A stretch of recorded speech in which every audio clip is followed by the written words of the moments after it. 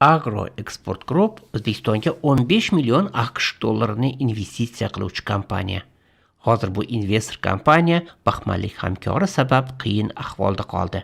Agro Export Group kompaniyasi umumiy miqdorda 15 million AQSh dollarini sarmoya qilishni rejalashtirgan.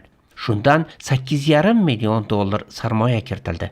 Investor rahbarligida o'z yengil qurilish savdo mas'uliyati cheklangan jamiyatga asos solingan investorning moliyaviy ulushi 34% ni tashkil qiladi.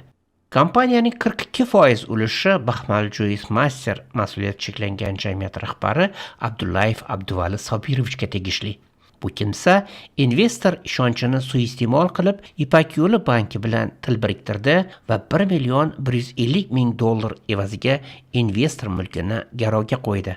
Natijada Abdullayev Abduvali o'z yengil qurilish savdo mas'uliyati cheklangan jamiyatini bank bilan kelishib noqonuniy auksionga qo'yib arzimas pulga o'zlashtirib oldi.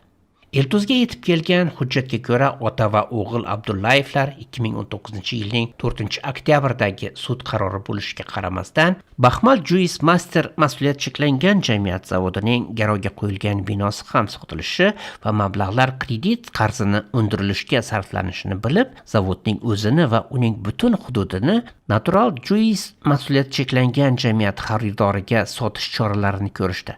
Zavodni sotish shartnomasining summasi 14 milliard so'm bo'lib, bu summaning 10 milliard so'mi Baxmal Juice Master mas'uliyati cheklangan jamiyati hisob raqamiga o'tadi va buning natijasida Abdullayevlar yana Ipak yo'li AITB mutasaddilari yordamida ushbu mablag'larni kredit qarzini to'lash uchun yubormasdan o'zlashtirishadi. Baxmal Juice Master mas'uliyati cheklangan jamiyat rahbari Abdullayev Abduvali Sobirovichga nisbatan jinoiy ish qo'zg'atilgan.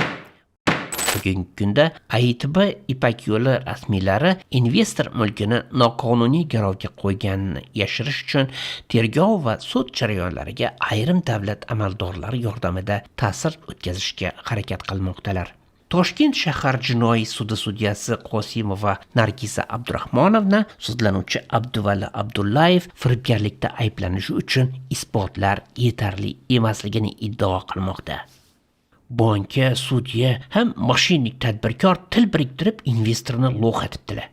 Shundan ko'ra Afrikada banan eksam bo'lmasman deb o'tirgandi yoshilli investor.